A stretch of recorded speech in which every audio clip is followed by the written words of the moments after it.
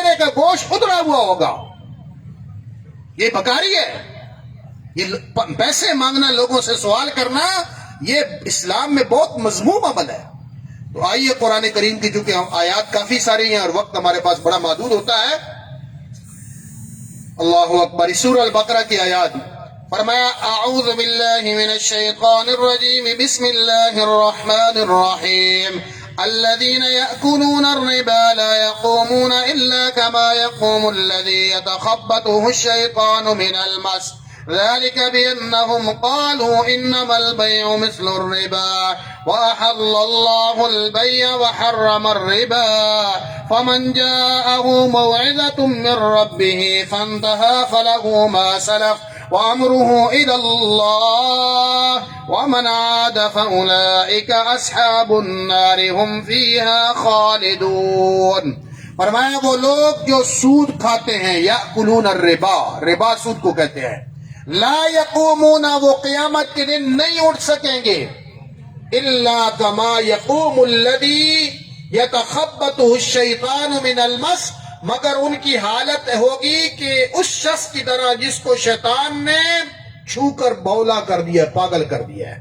یہ سود خور میدان حشر میں بولے پن کا شکار ہو گئے، پاگل پنی کی حالت میں ٹھیں گے. ذالک بانہم، اس لیے کہ یہ کہتے ہیں، انما البیع مثل الربا، کہ تجارت اور سود تو ایک جیسے ہیں. تجارت جائز ہے تو سود منع کیوں ہے؟ اللہ کہتا ہے وَحَلَّ اللَّهُ الْبَيْعَ وَحَرَّمَ الرِّبَا. پہلی بات تو یہ ہے کہ اللہ نے بیع کو، تجارت کو حلال کر دیا اور سود کو حرام کر دیا ہے.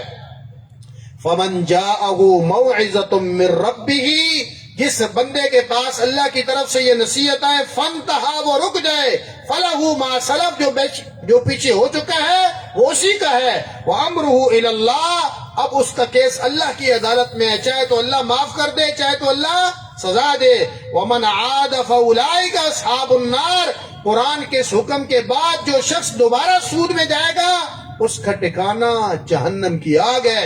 ہم فیہا خالدون، اور وہ جہنم میں ہمیشہ رہے گا. اللہ اکبر. اللہ رب العالمین نے قرآن مجید میں انبیاء اور رسل کو مخاطب کر کے کہا یا ایھا الذین آمنوا، اور قرآن مجید میں سورہ مومنون نے فرمایا یا ایھا الرسل کلوا من الطیبات واعملوا صالحا، اے رسولو پاک چیزیں کھاؤ، اے رسولو پاک چیزیں کھاؤ، واعملوا صالحا، اور نیک اعمال کرو، انی بما تعملون علیم، بے شک میں جانتا ہوں جو کچھ تم کرتے ہو. قرآن میں کیا الفاظ ہیں؟ اے رسولو، رسولوں کے ذریعے امتوں کو کہا گیا ہے، ساری انسانیت کو کہا گیا ہے، ساری امتوں کو کہا گیا ہے کلوا من الطیبات واعملوا صالحا، پاک چیزیں کھاؤ اور نیک عمل کرو. قرآن کی ترتیب پہ غور کریں، پہلے کہا پاک چیزیں کھاؤ، پھر کہا نیک عمل کرو. یہ بڑا گہرا تعلق ہے. حرام کھا کے انسان نیک عمل نہیں کر سکتا، قرآن یہ بتا رہا ہے. جس جسم میں حرام چلا جائے اس جسم سے عبادت کی توفیق چھن جاتی ہے. جس جسم کے اندر لقمہ حرام چلا جائے اس جسم کے اندر اللہ تعالیٰ عبادت کی توفیق اور صلاحیت چھین لیتا ہے. وہ ایک مثال ہے، ایک واقعہ بنا ہوا ہے کہ کوئی چودھری صاحب شکار کے شوقین تھے، شکار کے لیے نکلے، جنگل میں چلے گئے تو ساتھ ان کا ملازم بھی تھا. یہ غریب لوگ نماز کی پابندی کرتے ہوتے ہیں، تو نماز کا ٹائم ہوا، اس کو جنگل میں کہیں ٹوٹی پھوٹی مسجد نظر آئی، تو اس نے کہا چوری صاحب اگر اجازت ہو تو میں 2 سجدے کراؤں. نے کہا ذرا جلدی کرنا. تو وہ گھوڑے کی پیٹھ پر ہی باہر تیار کھڑا تھا. تو کافی دیر ہو گئی، اندر سے وہ نہ آیا ملازم. تو اس نے کہا رمضانی کدھر چلا گیا ہے، باہر کیوں نہیں آتا؟ اس نے کہا ملک صاحب وہ آنے نہیں دے رہا. اس نے کہا کون نہیں آنے دے رہا؟ اندر تو کوئی نہیں ہے، تیرے سے پہلے ویران مسجد تھی خالی، اور نہ بعد میں کوئی گیا. اس نے کہا جو رب مسجد کے دروازے پر کھڑا کر کے آپ کو اندر نہیں آنے دے رہا، وہ رب مجھے اندر سے باہر نہیں جانے دے رہا. یہ رزق حلال جو ہے اثر رکھتا ہے اور حرام بھی اثر رکھتا ہے. فرمایا کہ اے رسولو کلوا من الطیبات واعملوا صالحا، پاک چیزیں کھاؤ اور نیک عمل کرو. یہ نماز، روزہ، حج، زکوٰۃ، صدقہ، خیرات، یہ سارے نیک اعمال ہیں، لیکن اللہ نے اس سے پہلے شرط لگا دی ہے رزق حلال کی. اسے سمجھ رہے ہیں؟ اور سورہ البقرہ میں اللہ نے فرمایا یا ایھا الذین آمنوا کلوا مما فی الارض حلالا طیبا ولا تتبعوا خطوات الشیطان، اے ایمان والو کلوا مما فی الارض، زمین میں جو چیزیں پیدا کی ہیں وہ کھاؤ، حلالا طیبا، حلال اور پاک۔ اچھا جی، حلالا طیبا، حلال اور پاک چیزیں، یہ کیا مطلب ہے؟ کیا حلال چیز پاک نہیں ہوتی؟ کیا ہر حلال چیز پاک نہیں ہوتی؟ حلالا طیبا، حلال اور پاک چیزیں کھاؤ۔ میرے دوستوں اور بھائیوں اور قابل احترام خواتین و حضرات، ہر حلال چیز پاک نہیں ہو سکتی۔ ہر حلال چیز جیسے مثال کے طور پر فروٹ حلال ہے، گوشت جو حلال جانور ہیں جیسے بھیڑ ہے، بکری ہے، دمبا ہے، بیل ہے، ان کا گوشت حلال ہے، ٹھیک ہے، اور پاک بھی ہے۔ لیکن یہ بعض اوقات حلال چیز، پاک چیز حرام بن جاتی ہے۔ چیز پاک ہے لیکن حرام بن جاتی ہے۔ آپ کہیں گے یہ کیسے ہو سکتا ہے؟ اس لیے کہ اللہ نے تو وہ پاک بنائی ہے، حلال بنائی ہے، لیکن اگر وہ رشوت کے پیسے سے خریدی جائے گی، سود کے پیسے سے خریدی جائے گی، جوئے کے پیسے سے خریدی جائے گی، حرام کے مال سے خریدی جائے گی، دوسروں کا حق میں ڈاکہ ڈال کے خریدی جائے گی، تو وہ پاک ہونے کے باوجود تمہارے لیے حلال نہیں رہ سکتی۔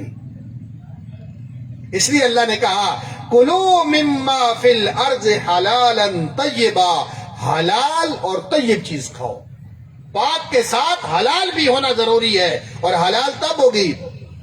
جیسے کسی گورے نے کہا کہ بڑا عجیب ماجرا ہے مسلمانوں کا، یہاں یورپ میں آتے ہیں، ڈپٹی میں ڈنڈی مارتے ہیں، آفس ٹائم پورا نہیں کرتے، حرام کمائیاں کرتے ہیں، جائز ناجائز طریقے سے پیسے حاصل کرتے ہیں، بس جب ہوٹل پہ کھانا کھانے کے لیے آئے نا تو کہتے ہیں حلال کھانا ہے، حلال فوڈ ہے، تو وہ کہتے ہیں، ہنستا ہے انگریز، کہتے ہیں ساری چیزیں حرام کمائی ہے، کھانا کھانے کے لیے کہتے ہیں خنزیر نہ ہو، وہ حلال چیز ہونی چاہیے۔ میرے بھائی، جس چیز سے تم کھانا خرید رہے ہو اس کی تو فکر کرو نا، وہ بھی حلال ہے۔ وہ ڈالر تیرا حلال کا ہے، وہ پاؤنڈ تیرا حلال کا ہے، وہ روپیہ تیرا حلال کا ہے۔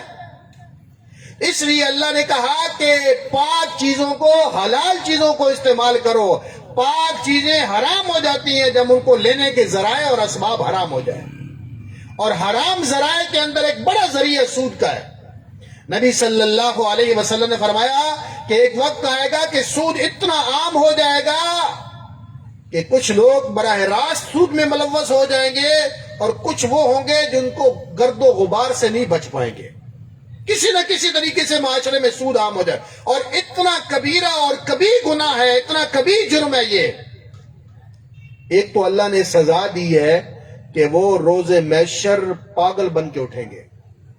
یہاں وہ چودھری ہے، وہ خان ہے، وہ وڈیرا ہے، وہ ڈاکٹر ہے، وہ انجینئر ہے، وہ ایم این ہے، وہ ایم پی ہے، وزیر ہے، آج اس کا بڑا سٹیٹس ہے، بڑی شخصیت ہے، لیکن سود میں ملوث ہے۔ روز محشر اٹھے گا تو لوگ دیکھ کر حیران ہوں گے کہ یہ تو ٹھیک تھا، شکل تو ہوگی لیکن دیوانوں کی طرح، پاگلوں کی طرح، جیسے شیطان چھو کر، جیسے کہتے ہیں جن پہ آ گیا جی، اس آدمی کو آسیب کا اثر ہو گیا ہے۔ فرمایا آسیب زدہ کیفیت میں ہوگا یہ، اور اس قدر کبیرہ جرم ہے۔ رسول اللہ صلی اللہ علیہ وسلم نے فرمایا کہ سود کا 1 درہم کھانا 36 مرتبہ بدکاری کرنے سے زیادہ بڑا جرم ہے۔ اب بدکاری ہم میں سے ہر آدمی گناہ سمجھتا ہے، لیکن سود لوگ بڑی آسانی سے کھا لیتے ہیں، اس کا اتنی کیئر نہیں کرتے۔ اور فرمایا کہ 70 گناہوں کا مجموعہ ہے، سود 70 گناہوں کا مجموعہ ہے۔ ایسرها ان ينكح المرء امه، ان میں سب سے چھوٹا گناہ یہ ہے کہ انسان اپنی ماں کے ساتھ بدکاری، ظلم کرے۔ یہ حدیث کے الفاظ میں آپ کو سنا رہا ہوں۔ کوئی مومن اس قسم کے سخت الفاظ اور اس قسم کی سخت وارننگ کے بعد کوئی سوچ سکتا ہے؟ اور فرمایا کہ لعن اللہ آکل الربا وموکلہ وکاتبہ وشاہدہ، اللہ نے لعنت بھیجی ہے سود کھانے والے پر، کھلانے والے پر، گواہ بننے والے پر، لکھنے والے پر، لکھانے والے پر۔ یہ لوگ جو بینکوں کے یا اس کے اسٹامپ پیپر کرتے ہیں، اس حدیث کی روح سے وہ سارا کاروبار حرام ہو جاتا ہے۔ اس لیے قرآن مجید میں اللہ رب العالمین نے فرمایا کہ جو بندہ سود کے کاروبار میں اور سود کھانے والے کام میں ہے وہ قیامت کے روز کھڑا ہوگا بولا ہو کر، اور فرمایا کہ فمن جاءہ موعظۃ من ربہ فانتہا، اللہ کی نصیحت آنے کے بعد جو رک گیا. مثلا آج ہماری مجلس میں کوئی بندہ بیٹھا ہے، ماضی کا سارا کاروبار سود پر ہے، آج اللہ نے اس کے دل کے دروازے کھول دیے. میں کل قرآن پر بات کر چکا ہوں، میں نے بڑی وضاحت کے ساتھ آپ کے سامنے رکھا تھا فضیل بن عیاض کا واقعہ کہ قرآن کی ایک آیت نے اس کی دل کی دنیا بدل دی تھی. تو قرآن اگر قرآن دلوں میں اترتا ہے، جس طرح پانی اپنا راستہ بناتا ہے، آپ دیواریں بند کر دیں، کچھ بھی کر دیں، لیکن پانی اپنا راہ بنا لیتا ہے. اسی طرح قرآن مجید کا کمال ہے کہ یہ دلوں کی دنیا کو بدلتا ہے.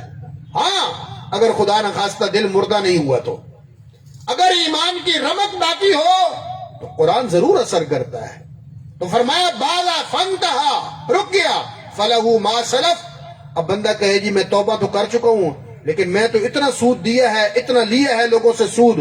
اللہ کہتا ہے فلہو ما سلف، پچھلا چھوڑ دو. وامرہ الی اللہ، اب اس کا معاملہ اللہ کے پاس ہے. وہ سچے دل سے توبہ اور استغفار کرے، اور جتنا لوگوں سے سود وصول کرتا رہا ہے اب اس قدر بڑھا کر، کئی گنا بڑھا کر وہ صدقہ خیرات کرے.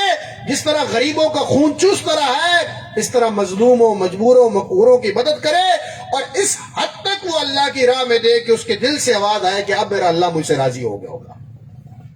فولا ومن عاد فاولئک اصحاب النار، اور جو بندہ اس حکم کے سننے کے بعد بھی اگر یہ ارتکاب کرتا ہے تو وہ جہنمی ہے. اچھا بعض گناہ ایسے ہوں گے کہ اہل ایمان میں سے بھی گناہوں کی سزا بھگتنے کے لیے جہنم میں جائیں گے، لیکن سزا بھگتنے کے بعد واپس آ جائیں گے. حدیث میں آتا ہے جنت اور دوزخ کے درمیان ایک نہر ہوگی، اس نہر کے اندر ڈالا جائے گا اور صحیح سلامت ہو کر پھر جنت میں چلا جائے گا وہ. لیکن اس بارے میں سود ایسا کبیرہ گناہ ہے، اللہ نے کہا کہ یہ آگ میں جائیں گے، ہم فیہا خالدون. بہت وارننگ والے، ڈرا دینے والے، ہلا دینے والے الفاظ ہیں کہ جو سود کے معاملات میں پڑا وہ جہنم میں جائے گا اور ہمیشہ ہمیشہ کے لیے جائے گا، ہمیشہ ہمیشہ کے لیے. فرمایا کہ یمحق اللہ الربا. اچھا یہ ایک بات کہی جاتی ہے جی سود میں اور تجارت میں کیا فرق ہے؟ آپ تجارت میں بھی تو پرافٹ لیتے ہیں، اگر میں نے 1000 روپے کے اوپر 100 روپے لے لیا ہے تو یہ بھی تو میری تجارت ہے نا جی. لوگ کہتے ہیں بڑے بول پن کا. اللہ نے کہا پہلی بات تو یہ ہے بغیر کسی حیل و حجت کے احل اللہ البیع وحرم الربا. پہلی بات تو یہ ہے کہ اللہ نے تجارت کو حلال کیا اور سود کو حرام کیا. یہ کافی نہیں ہے تمہارے لیے کہ تمہارے بادشاہ اور مالک حقیقی کا آرڈر ہے؟ اگر یہ بات بھی سمجھ نہیں آتی تو پھر لاجک اس میں کیا ہے؟ آپ مثال کے طور پر یہ گھڑی میں ایک سیل کرتا ہوں، یہ 20,000 روپے کی گھڑی ہے جی. میں نے ایک دفعہ سیل کر دی، ایک شخص نے مجھ سے لے لی، میں نے اس پر 1000 روپے 2000 پرافٹ لے لیے، ایک دفعہ لیا. لیکن سود والا بندہ تو ہمیشہ اس کا خون نچوڑتا رہتا ہے، ہر مہینے نچوڑتا ہے. اور دو قسم کے سود رسول اللہ کے زمانے میں تھے جب یہ حکم آیا، ایک ربا معین اور ایک ربا الفضل. ربا معین کیا ہے؟ یہ گھڑی ہے جی، یہ 20,000 روپے کی ہے اور تم نے 1 دسمبر کو اس کے پیسے دینے ہیں. ٹھیک ہے جی، 1 دسمبر کو دینے ہیں اور 20,000 اصل اس کی قیمت ہے. تم مہینہ 1.5 مہینہ لیٹ دو گے تو 22,000 تم سے لوں گا میں. یہ ربا معین ہے. 20,000 کی چیز ہے نا، 22,000 روپے دے دی آپ نے. اب یہ ہوا ربا المعین، یہ طے ہو گیا. اور ربا الفضل کیا ہوتا ہے؟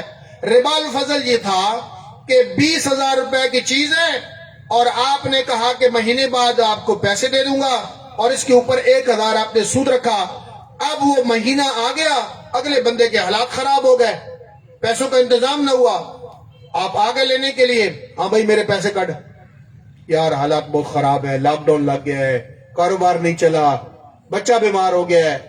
یہ سود کے کئی خطرناک ترین نقصانات ہیں کہ لینے والا تو اس کا کوئی نقصان نہیں ہے، دینے والا رسک میں ہوتا ہے. اب وہ کہتا ہے اچھا ٹھیک ہے مہلت تھوڑی دے دو یار. اچھا مہلت دیتا ہوں لیکن اب یہ تم نے 21,000 دینا تھا نا اس مہینے، اگلے مہینے دے دینا 22,000 روپے. یہ ربا الفضل اضافہ ہوتا جا رہا ہے. اور ہمارے یہ اتنا خطرناک طریقہ ہے. ہمارے ایک دوست تھے اسلام آباد میں، انہوں نے پلاٹ کے لیے 40 لاکھ روپے قرض دیا، انویسٹمنٹ کرنی تھی. اور طے ہوا تھا کہ یہ اتنے عرصے میں پیمنٹ کر دیں گے. کاروبار نہ چلا. وہ اب جب ٹائم آ گیا تو وہ شیخ صاحب تو آ گئے. اب انہوں نے کہا شیخ صاحب چلو اس میں آپ کے ہم 45 لاکھ روپے دے دیں گے. وہ 45 لاکھ روپے پلاٹ دیے تھے نا, اتنے قیمت کے پلاٹ آپ کے ہو گئے. اب پھر سیل نہ ہوئے پلاٹ, کاروبار نہ چلا. اور اگلے مہینے پھر وہ صاحب آ گئے, انہوں نے کہا جی ٹھیک ہے اب یہ 50 لاکھ کے پلاٹ میرے کر دو. تو وہ جو 40 لاکھ روپے انہوں نے لیا تھا وہ 2-2.5 کروڑ روپے تک پہنچ گیا. اور وہ بیچارے اپنے گھر کے مکان بیچ کر ان کو وہ قرض سے نجات حاصل کرنی پڑی. یہی داستان ہے. کوئی بیوہ, کوئی غریب اگر 50,000 روپے قرضہ لیتا ہے تو کئی 50,000 دے چکنے کے بعد بھی, ابھی ہمارے ملک کے حالات دیکھ لیں آپ. پاکستان ابھی موجودہ جو گورنمنٹ آئی ہے, انہوں نے $6 ارب کا ایگریمنٹ کیا IMF سے. اور یہ بھی بڑی سازش تھی کہ ان کو ڈرا دھمکا کے اس کے بغیر معیشت نہیں چلے گی, حالات بڑے خراب ہو جائیں گے. انہوں نے کر لیا. اب وہ ایسے بدماش ہیں, یہ سودخور ایسے بے رحم ہوتے ہیں نا, صرف ذاتی مفاد دیکھتے ہیں, ون سائیڈڈ پروفٹ, صرف یک طرفہ مفادات ہوتے ہیں. انہوں نے یہ نہیں ہے کہ پاکستان کا ایگریمنٹ ہوا اور دوسری دن آپ کو $6 ارب دیے. 42 مہینوں میں $6 ارب مل رہے ہیں پاکستان کو. 42 مہینوں میں 3-3.5 سال بنتے ہیں تقریباً, 36-32. تو اب وہ کرتے کیا ہے, ایک قسط دیتے ہیں اور اس کے بعد کہتے ہیں بجلی بڑھاؤ, گیس بڑھاؤ, ہماری قسط پوری کرو. پاکستان نے $6 ارب لینے ہیں, ابھی پوری قسط نہیں ملی. اور گزشتہ دنوں میں پڑھ رہا تھا کہ موجودہ گورنمنٹ $10 ارب سود دے چکی ہے. $10 ارب سود دے چکی ہے. ہم اتنا قرضہ لیتے نہیں ہیں جتنا سود ادا کر رہے ہیں. اور میں نے شاید کل بھی بات رکھی تھی کہ گزشتہ سال 3100 ارب, یہ وزیر خزانہ کے میں بیان بتا رہا ہوں, 3100 ارب پاکستان نے سود دیا IMF کو, اور اس سال وہ 4000 ارب تک پہنچ جائے گا. ہماری جو ساری انکم جتنی ہے وہ IMF نچوڑ کے لے جاتا ہے.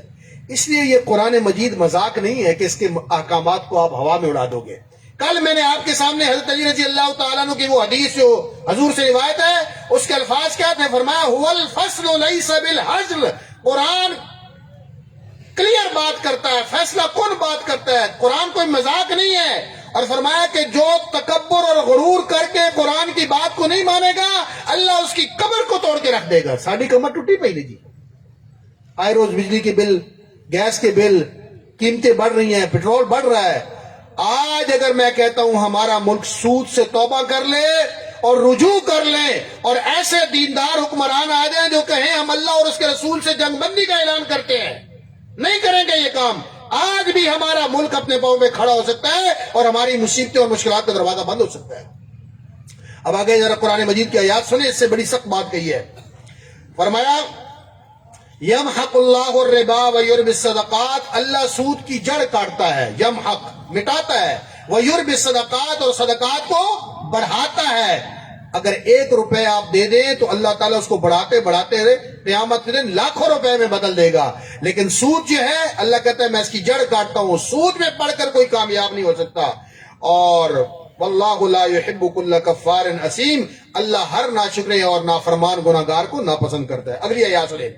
فرمایا ان الذين امنوا وعملوا الصالحات واقاموا الصلاه واتوا الزكاه لهم اجرهم عند ربهم ولا خوف عليهم ولا هم يحزنون. اب سود کا تذکرہ کرتے کرتے, سود خوروں کو تذکرہ کرتے کرتے درمیان میں اہل ایمان کا ذکر آ گیا ہے. اللہ کمپیریزن پیش کرتا ہے, دونوں رخ بیان کرتا ہے قرآن مجید. یہ سود خور تھے, دوسرا کیا ہے؟ بے شک جو لوگ ایمان لائے, نیک اعمال کیے اور نماز اقام الصلاۃ, نماز قائم کی اور زکوٰۃ ادا کی, سود کے مقابلے میں زکوٰۃ کے نظام کو اپنایا, اللہ کہتا ہے لہم اجرہم عند ربہم, ان کے رب کے ہاں ان کا بڑا اجر ہے. ولا خوف علیہم ولا هم یحزنون, اور ان کے لیے کوئی خوف اور کوئی غم نہیں ہوگا. اب یہاں 2 باتوں کی میں وضاحت کروں گا. یہ زکوٰۃ کا جو اصطلاح ہے, لفظ زکوٰۃ آپ بولتے ہیں, کیا مطلب ہے زکوٰۃ کا؟ 2 معنی ہے اس کے. زکوٰۃ کا مطلب یہ ہے بڑھوتری, اضافہ. یعنی زکوٰۃ کا مطلب یہ ہے کہ پیسہ جب آپ اللہ کی راہ میں خرچ کرتے ہیں تو اس میں اضافہ ہو جاتا ہے آٹومیٹیکلی. اور زکوٰۃ کا دوسرا مطلب ہے زکا یزکی, پاک کرنا. یعنی آپ زکوٰۃ ادا کرتے ہیں تو آپ کا پیسہ پاک بھی ہو جاتا ہے اور آپ کے پیسے میں اللہ کی طرف سے برکت اور اضافہ بھی ہو جاتا ہے. اور دوسری بات اللہ نے کہی لا خوف علیہم ولا هم یحزنون، کوئی خوف اور کوئی غم نہیں ہوگا. یہ بڑی قیمتی بات ہے. خوف اور غم میں کیا فرق ہے جی؟ خوف اور غم دونوں چیزیں فرمایا کہ جو زکوٰۃ دینے والے ہیں، نماز پڑھنے والے ہیں، ان کو دونوں چیزوں سے اللہ پاک رکھے گا. خوف کہتے ہیں کسی حادثہ کے وقوع ہونے سے پہلے جو کیفیت ہوتی ہے نا، اس کو خوف کہتے ہیں. کوئی رشتہ دار بیمار ہو، عزیز، یار کہیں فوت نہ ہو جائے، کہیں بچھڑ نہ جائے، خوف ہوتا نا. اور جب وہ بچھڑ جاتا ہے، خدا نخواستہ کسی کا اولاد چلی گئی، کسی کی ماں چلی گئی، باپ چلے گیا، تو اس کے بعد اس کو ہم خوف کہتے ہیں، غم کہتے ہیں. تو اللہ تعالیٰ فرماتا ہے کہ اہل ایمان کے لیے نہ پہلے خوف ہوگا نہ بعد میں کوئی غم ہوگا، وہ اللہ کی رحمت کے سائے میں ہوں گے. اگلی آیات سنیں. فرمایا یا ایھا الذین آمنوا اتقوا اللہ وذروا ما بقی من الربا ان کنتم مؤمنین. اے ایمان والو، اللہ سے ڈرو اور باقی ماندہ سود چھوڑ دو. جہاں تک تم کر چکے ہو وہ سو ہو چکا ہے، اب سود چھوڑ دو. اب اگلی آیت سب سے، میرے علم کے مطابق جتنا میں نے قرآن کو پڑھا ہے، سب سے خطرناک ترین آیت قرآن مجید کی یہ ہے. سب سے زیادہ وارننگ والی آیت یہ ہے. سنیں ذرا کیا کہتا ہے. فَإِن لَّمْ تَفْعَلُوا فَأْذَنُوا بِحَرْبٍ مِّنَ اللَّهِ وَرَسُولِهِ. اگر تم اللہ کا حکم سننے کے بعد سود سے باز نہیں آتے تو پھر تمہارے خلاف اللہ اور اس کے رسول کی طرف سے اعلان جنگ ہے. اللہ اکبر. اب مجھے بتائیں، کوئی برادری، کوئی قبیلہ، کوئی خاندان، کوئی شخص، کوئی ملک اللہ اور اس کے رسول سے مقابلہ کر کے جیت سکتا ہے؟ لڑ کے جیت سکتا ہے؟ بیڑا نہیں غرق ہو جائے گا؟ اس لیے میرے دوستوں اور میرے بھائیوں، جہاں شک گمان بھی ہو نا، ذرا سا شک بھی یہاں سود ہے، اس سے اپنے آپ کو بچائیں. گمان بھی ہو اور رزق کے حلال کی طرف جائیں. ہمارا ایک عزیز ہے، ہمارا کزن لگتا ہے دور پار سے، امام مسجد تھا ابھی، بلکہ امام مسجد ہے وہ ایک سرکاری مسجد میں تھانے کے لاہور میں. اس نے کاروبار شروع کیا، اللہ نے اس کو بڑی ترقی دی، شو پیس وغیرہ بناتا تھا. اچھا، اس کا کہیں بیڑا غرق ہوا، مت ماری گئی، اس نے لوگوں سے پیسہ لیا کاروبار بڑھانے کے لیے.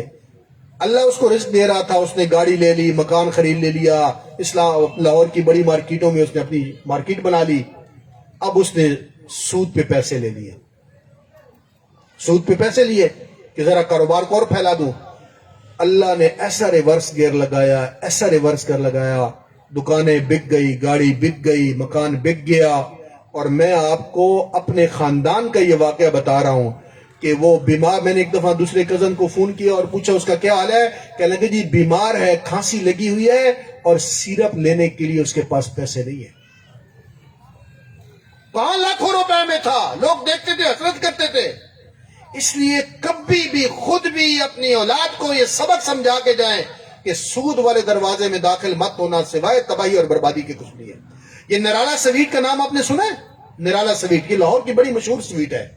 یہ تیسری نسل کے پاس اب ہے. ہندوستان قیام پاکستان سے پہلے ان کے دادا یا پردادا نے کام شروع کیا، پھر اس کا داد، پھر اس کا بیٹا، پھر اس کا بیٹا. وہ پورے ملک میں اس کی برانچز پھیلی ہے. اسلام آباد، پنڈی میں بھی اس کی برانچز ہیں. لیکن وہ کاروبار سارا بک گیا ہے. اور اس کے بکنے کی وجہ پتا کیا ہے؟ اس پر جوید چودھری نے پورا کالم لکھا تھا کہ ان کا جو تیسری چوتھی نسل آئی نا، اس بیٹے نے کہا یہ میرے باپ دادا تو ان پڑھ تھے، ان کو پتہ نہیں تھا، تو میں کاروبار کو نا ملٹی نیشنل کرتا ہوں، بیرونی دنیا بھی اپنی برانچز بناتا ہوں. اس نے پیسہ سود پہ لیا. جیسے ہی سود آتا گیا، کاروبار کو ریورس لگتا گیا، کرتے کرتے کرتے پوری برانچز، سارے ملک کا نظام اس کے ہاتھ سے نکل گیا اور آج وہ کوڑی کوڑی کا محتاج ہو گیا. اس لیے میرے دوستوں اور بھائیوں، اب یہ مثالیں بے شمار ہیں. تو اللہ کہتا ہے کہ فَإِن لَّمْ تَفْعَلُوا فَأْذَنُوا بِحَرْبٍ مِّنَ اللَّهِ وَرَسُولِهِ. اگر تم باز نہیں آتے سود سے تو پھر اللہ اور اس کے رسول کی طرف سے اعلان ہے جنگ ہے، جنگ ہے. اور پاکستان کی جو معیشت کی جو بدترین حالت ہے، اس کا بنیادی سبب سودی نظام ہے. جب تک ایسے لوگ برسر اقتدار نہیں آتے، کہ جو جنگ بندی کا اعلان کریں اللہ اور اس کے رسول سے، سودی نظام سے، سود سے معیشت کو پاک کریں، تب تک ہماری معیشت، آپ کہتے ہیں فلانا آ جائے گا، فلانا آ جائے گا، فلانا آ جائے گا، ہر آنے والا حالات خراب کر کے لا رہا ہے، پہلے سے بدتر ہوتے جا رہے ہیں۔ لوگ اور اسباب بتاتے ہیں لیکن قرآن یہ سبب بتاتا ہے کہ اللہ اور اس کے رسول سے بغاوت کر کے تم کبھی فلاح نہیں پا سکتے، کبھی بھی نہیں کامیاب ہو سکتے۔ فرمایا وَإِن تُبْتُمْ، اگر تم توبہ کر لو، فَلَكُمْ رُؤُوسُ أَمْوَالِكُمْ، تو پھر اصل مال تمہارا ہے۔ اصل مال، رسول اللہ صلی اللہ علیہ وسلم نے جب یہ آیات اتری حجۃ الوداع کے موقع پر، آپ نے فرمایا آج سے سود حرام ہے، اور میں اپنے خاندان سے، اپنے گھر سے آغاز کر رہا ہوں۔ آپ کے چچا حضرت عباس رضی اللہ تعالیٰ عنہ سود پر پیسے دیتے تھے، آپ نے فرمایا کہ میں اپنے چچا کے جتنے لوگوں نے قرضہ دینا ہے اصل رقم واپس کر دے، سود معاف کرتا ہوں۔ تو قرآن نے کیا کہا؟ وَإِن تُبْتُمْ، اگر توبہ کر لیں، فَلَكُمْ رُؤُوسُ أَمْوَالِكُمْ، اصل مال جو تمہارا ہے وہ تمہیں واپس ملنا چاہیے۔ لا تظلمون ولا تظلمون، او مسلمانوں، نہ تم کسی پر ظلم کرو، نہ کوئی تم پر ظلم کرے۔ وَإِن كَانَ ذُو عُسْرَةٍ فَنَظِرَةٌ إِلَىٰ مَيْسَرَةٍ، یہ اللہ نے ایک بات کہی ہے کہ اگر تمہارا مقروض قرضدار بندہ، وہ حالات اس کے تنگ ہے، وَإِن كَانَ ذُو عُسْرَةٍ، اگر وہ عسرت میں، تنگی میں ہے، فَنَظِرَةٌ إِلَىٰ مَيْسَرَةٍ، اس کو مہلت دو تا وقتے کے حالات ٹھیک ہو جائیں، اس کے تا وقتے کے حالات ٹھیک ہو جائیں۔ خیرخواہی کا جذبہ پیدا کرو، مسلمان بن کر سوچو، انسان بن کر سوچو۔ یہ جو سود خور ہوتا ہے، یہ بظاہر روپ میں تو انسان ہوتا ہے لیکن اندر اس کے انسانیت مر چکی ہوتی ہے۔ اس لیے اللہ نے کہا یہ معاشرے کو تباہ کرتا ہے، بخل پیدا کرتا ہے، خود غرضی پیدا کرتا ہے، رشتوں کو کاٹتا ہے۔ تو سود کے مقابلے میں تم کیا کرو؟ صدقات کو پروان چڑھاؤ۔ یہ جو قرضدار کو مہلت دینے والی بات ہے، ایک حدیث میرے علم ذہن میں آ گئی، بخاری شریف کی حدیث ہے۔ ایک شخص وفات پا گیا تو اللہ رب العالمین نے اس سے پوچھا کہ بھائی تیرے نامہ اعمال میں کوئی نیکی بتا۔ تو اس نے کہا یا اللہ مجھے کوئی خاص نیکی تو یاد نہیں ہے، بس یہ ہے کہ میری دکان تھی، تجارت تھی، کاروبار تھا، تو میں نے اپنے ملازموں سے، لوگ آتے تھے اور ادھار لے کر جاتے تھے، سامان قرض پہ لے جاتے تھے، تو بس اللہ میں نے ایک کام کیا ہے کہ میں نے اپنے ملازمین کو یہ تاکید کی ہوئی تھی کہ آپ نے لوگوں کو تنگ نہیں کرنا۔ ہوتا ہے نا جی، مثال کے طور پر ٹائم کی تنخواہ نہیں ملتی بعض اوقات، میری اپنی دکان ہے، سٹور ہے، مجھے پتا ہے معاملات کیا ہوتے ہیں، 5 تاریخ کا کہیں تو لوگ 15 تاریخ کو جا کے پیسے دیتے ہیں، تنگ نہیں کرنا۔ تو یا اللہ میں نے اپنے مزدوروں کو کہا ہوا تھا، ملازموں کو، سٹاف کو، کہ مقروض لوگوں کو تنگ نہیں کرنا، تو بس یا اللہ میں نے تیری مخلوق کے ساتھ رحم کیا ہے، بس وہ میری نیکی ہے۔ اللہ نے کہا اے میرے بندے، تو نے میرے مخلوق کو آسانی دی ہے، میری مخلوق کے ساتھ رحم کیا ہے، اور الخلق و عیال اللہ، مخلوق تو اللہ کا کنبہ ہے، تو نے میری مخلوق کی قدر کی ہے، اس کو آسانی دی ہے، اے میرے ملائکہ میں اس کے لیے بخشش اور مغفرت کا اعلان کرتا ہوں، اس کو بخش دو، اس کو لے جاؤ جنت کے اندر۔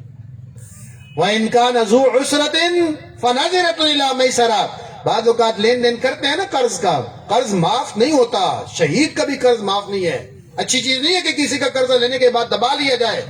اور اللہ کے رسول صلی اللہ علیہ وسلم نے فرمایا کہ جو مقروض دینے کی نیت رکھتا ہے، جس بندے پر قرضہ چڑھ گیا ہے اور وہ نیت رکھتا ہے دینے کی، بے ایمان نہیں ہے۔ موبائل بند کر لیتے ہیں لوگ، فون نہیں سنتے۔ ایک لطیفے والی بات ہے نا، کوئی بندہ قرضہ دینا تھا تو وہ فون نہیں سننا تھا، جب ٹائم آ گیا نا تو وہ بیچارہ فون کر کے وہ بندہ گھر آ گیا تو بچہ باہر دوڑ کر گیا، تو اس نے دیکھا کون ہے، اس نے کہا ابو کو کہو فلاں بندہ آیا ہے، تو سوری اس نے کہا، وہ باہر گیا نا بچہ، تو اس نے کہا کہ کون ہے بندہ، تو اس نے کہا جی فلانا بندہ آیا ہے، تو اندر جا کر باپ کو بتاتا، تو باپ نے کہا کہ اسے کہو کہ ابو گھر نہیں ہے، ابو گھر نہیں ہے۔ وہ باہر کھڑا تھا، اس نے کہا تھا میں نے سن لیا کہ ابو گھر نہیں ہے، میں تیرا قرض لینے کے لیے آیا ہوں اور تو جھوٹ بول رہا ہے۔ تو نبی صلی اللہ علیہ وسلم نے فرمایا کہ جو بندہ مقروض کو مہلت دے، ہر روپے کے بدلے میں اس کو ایک نیکی ملتی ہے، ہر روپے کے بدلے میں روز ایک نیکی ملتی ہے۔ اور جو مقروض قرض دینے کی، ادا کرنے کی نیت رکھتا ہے، اللہ اس کے اسباب پیدا کر دیتا ہے، اللہ اس کے اسباب، اور یہ تجربے کی باتیں ہیں۔ اللہ غیب سے مدد کرتا ہے، اللہ تعالیٰ اسباب پیدا کر دیتا ہے. تو فرمایا وَإِنْ كَانَ ذُو عُسْرَةٍ فَنَظِرَةٌ إِلَىٰ مَيْسَرَةٍ، اگر کوئی قرضدار مشکل میں ہو تو پھر کیا کرو؟ اس کو ڈھیل دے دو، اسے مہلت دے دو تا وقت کہ اس کے حالات ٹھیک ہو جائیں. وَأَن تَصَدَّقُوا، اللہ اس سے بڑی بات کر رہا ہے، اخوت ایمانی کی بات کر رہا ہے، مسلمانی کی بات کر. اگر تم صدقہ کر دو، قرض کو صدقے میں بدل دو، خیر لکم، تو مومنو یہ تمہارے حق میں اور زیادہ بہتر ہے. ان کنتم تعلمون، اگر تم اس کی قدر جان سکو. واتقوا یوما ترجعون فیہ الی اللہ، ڈرو اللہ سے جس دن تم اللہ کے حضور لوٹائے جاؤ گے. ثم توفی کل نفس ما کسبت وہم لا یظلمون، پھر تمہارے اعمال کا پورا پورا بدلہ دیا جائے گا اور وہاں کسی کے ساتھ کوئی ناانصافی نہیں کی جائے گی. لا یظلمون، ظلم نہیں کیا جائے گا. یہاں ظلم کا مطلب کیا ہے کہ جس کی نیکی ہوگی فمن یعمل مثقال ذرۃ خیرا یرا، جس کی رائی نیکی ہوگی رائی برابر وہ بھی دیکھ لے گا. وَمَن يَعْمَلْ مِثْقَالَ ذَرَّةٍ شَرًّا يَرَهُ، اور جس نے گناہ کیا ہوگا رائی برابر وہ بھی دیکھ لے گا. اور نیکی والے کی نیکی کی جزا نہ ملنا یہ بھی ظلم ہے، اور گناہ والے کی گناہ کی سزا نہ ملنا یہ بھی ظلم ہے. تو فرمایا وہاں ظلم نہیں ہوگا، پورا پورا بدلہ دیا جائے گا. آخری آیات سنیں جی، پھر ہم ختم کرتے ہیں کلاس کو. اعوذ باللہ من الشیطان الرجیم، بسم اللہ الرحمن الرحیم.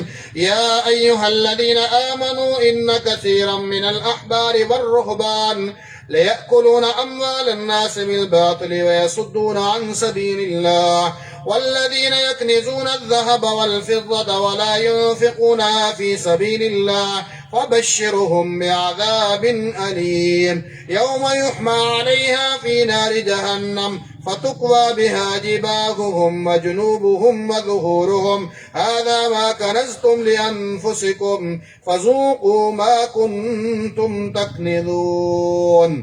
فرمایا اے ایمان والو، بے شک بہت سارے اہل کتاب کے اکثر علماء اور درویشوں کا حال یہ ہے کہ وہ لوگوں کا مال باطل طریقوں سے کھاتے ہیں، باطل طریقوں سے. یہ اہل کتاب کا حوالہ یہاں کیوں دیا ہے؟ آج کے دور کے علماء کے لیے سبق ہے کہ اہل کتاب کے علماء اور درویش راہب وہ باطل طریقوں سے مال کھاتے ہیں. کیسے؟ شریعت کے احکامات کو، فتووں کو بیچتے ہیں. اہل کتاب کے لیے چربی حرام تھی، یہ جانور حلال جانور کی چربی ان پر حرام تھی، اور بھی بہت ساری پابندیاں تھی. تو وہ چربی کے لیے فتویٰ دے دیتے تھے، سود کے لیے فتوے دے دیتے تھے لوگوں کو، اور چیزوں کے لیے راستے نکالتے تھے. تو فرمایا کہ اہل کتاب کے درویش اور مولوی ناجائز طریقے سے لوگوں کا مال کھاتے تھے. وَيَصُدُّونَ عَن سَبِيلِ اللَّهِ، اور اللہ کی راہ سے روکتے تھے. اگلی بات جو اللہ نے کہی، وَالَّذِينَ يَكْنِزُونَ الذَّهَبَ وَالْفِضَّةَ، جو لوگ سونا اور چاندی جمع کرتے ہیں، وَلَا يُنْفِقُونَهَا فِي سَبِيلِ اللَّهِ، اللہ کی راہ میں خرچ نہیں کرتے. مطلب یہ ہے کہ سونے چاندی کا مطلب دولت ہے، پیسہ ہے. جن کو اللہ نے دولت دی ہے اور وہ زکوٰۃ نہیں دیتے، فَبَشِّرْهُم بِعَذَابٍ أَلِيمٍ، تو انہیں دردناک عذاب کی بشارت سنا دو. یہ معاشرے سے اللہ نے ایک نیچرل طریقہ دیا ہے، اسلام نے ایک نیچرل طریقہ دیا ہے غریبوں کو اٹھانے کا اور معاشرے کو سٹیبل کرنے کا، وہ زکوٰۃ کا نظام ہے. اگر سکندر آباد کے رہنے والے سارے لوگ زکوٰۃ دینا شروع کر دیں تو یہاں تو کوئی غریب نہیں بچے گا. اور یہ ہوا ہے. زکوٰۃ ہی سوسائٹی کی غربت کو ختم کر سکتی ہے، اور زکوٰۃ کے ساتھ پھر اضافی صدقات. حضرت عمر بن عبدالعزیز رحمہ اللہ تعالیٰ کے زمانے میں یہ دور گزر چکا ہے، یہ حالات گزر چکے ہیں. ان کے دور میں اسلامی نظام کی برکات کا یہ عالم تھا کہ لوگ زکوٰۃ لے کے نکلتے تھے، لینے والا آگے سے کوئی نہیں ملتا تھا.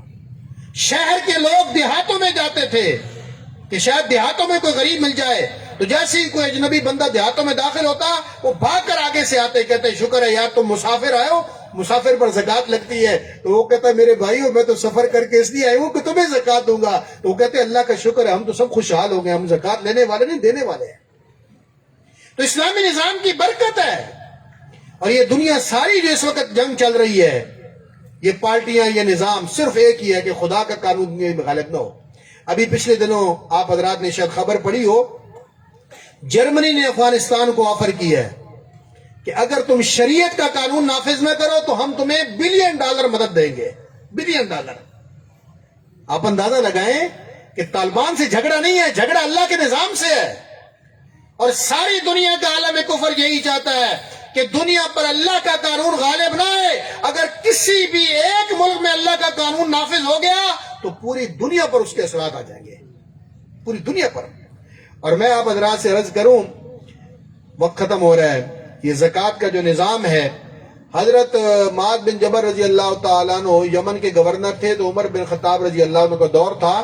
تو انہوں نے سال کے بعد مدینہ اونٹوں کی لمبی قطار وہ مدینہ کے دروازے پر پہنچی اور ساتھ کہا کہ یہ امیر المومنین مرکزی بیت المال میں جمع کر لیتے. حضرت عمر نے خط لکھا کہ معاذ یہ کیا کرتے ہو، یہ تو یمن کے لوگوں کا حق ہے. تو حضرت معاذ نے خط لکھا کہ یہاں نہ کوئی بیوہ بچی ہے، نہ کوئی یتیم بچہ ہے، نہ کوئی مسکین بچہ ہے، نہ کوئی غریب بچہ ہے، سب کو ہم دے چکے ہیں. یہ اضافی مال ہم نے مرکزی بیت المال میں 1/3 مال. اگلا سال آیا تو اس سے ڈبل قطار تھی. تو حضرت عمر فاروق رضی اللہ تعالیٰ کو مال پہنچا تو آپ نے کہا کہ معاذ یہ کیا کرتے ہو، یہ تو یمن کے لوگوں کا حق ہے. فرمایا یا امیر المومنین یہاں تو کوئی غریب نہیں بچا، یہاں کا تو خزانہ لبلب بھرا ہوا ہے، اس کو مرکزی. اور تیسرا سال آیا تو اسلامی نظام کی برکت یہ تھی کہ 2/3 مال جو تھا وہاں یمن کی آمدن کا وہ ایکسٹرا اضافی سرپلس میں چلا گیا اور وہ مرکزی بیت المال مدینے میں جمع کروایا گیا ہے. آج ساری دنیا کی کوشش یہ ہے کہ اسلامی نظام دنیا میں غالب نہ آئے. اس لیے والذین یکنزون الذهب والفضہ، زکوٰۃ کے نظام کو پروان چڑھائیں. اور اللہ کہتا ہے کہ جو سونا اور چاندی جمع کر کے رکھتے ہیں اور خرچ نہیں کرتے انہیں جہنم کی آگ کی اشارت دے دو. اور کیا ہوگا؟ یوم یحمى علیہا فی نار جہنم، جب ان کو جہنم کی آگ سے ان کو داغا جائے گا. فتقوی بہا جباہہم وجنوبہم وظہورہم، آگ دہکائی جائے گی، پھر اس سے ان لوگوں کی پیشانیوں، پہلوؤں اور پیٹھوں کو داغا جائے گا اور کہا جائے گا ھذا ما کنزتم لانفسکم، یہ تمہارے خزانے ہیں جو تم نے جمع کی تھے. فذوقوا ما کنتم تکنزون، تو دنیا میں زکوٰۃ نہ دینے کی سزا آج مزہ چکھ لو. اللہ رب العالمین سے دعا ہے اللہ ہمیں قرآن پر عمل کی توفیق عطا فرمائے. کل سے کچھ میرے خیال تعداد بہتر ہوئی ہے، لیکن ہماری کلاس کل تیسرا دن ہے، 5 دن ٹوٹل کلاس ہے، 5 گھنٹے ہے. کل پیک ہے، کل بڑا اہم موضوع ہے، گھر کے معاملات، معاشرے کے معاملات، پردہ اور حیا. خواتین خاص طور پر کل تعداد میں کئی گنا زیادہ ہونی چاہیے، بیٹیوں کو لائیں، بیٹوں کو لائیں. اور آپ حضرات سے بھی گزارش کروں گا اور مغرب کے فوری بات پہنچا کریں کیونکہ وقت بہت تھوڑا ہوتا ہے، بات پوری نہیں ہو سکتی. اللہ آپ سب کا آنا قبول فرمائے. اللہم صلی علی سیدنا مولانا محمد وبارک وسلم ثم صلی علیہ. یا رب لک الحمد کما ینبغی لجلال وجہک وعظیم سلطانک. اللہ جو اچھا بیان ہوا ہے یا اللہ جو تیرے اور تیرے حبیب کی رضا کے مطابق باتیں ہوئی ہیں یا اللہ اس کو ہمارے عمل کا، ہماری زندگی کا حصہ بنا دے. اللہ روز محشر نبی رحمت صلی اللہ علیہ وسلم کی سفارش کا اقدار بنا دے. اللہ جتنے لوگ یہاں پر حاجت مند ہاتھ پھیلائے بیٹھے ہیں سب کی حاجات کو قرآن کی برکت سے پورا فرما دے. یا اللہ جن کے گھروں میں بیماری ہیں ان کی بیماریوں کو دور فرما دے. یا الہ العالمین جو پریشان حال ہیں ان کی پریشانیاں دور فرما دے. اللہم ربنا تقبل منا انک انت السمیع العلیم. صلی اللہ تعالی علی نبی کریم محمد و آلہ و صحبہ اجمعین برحمتک یا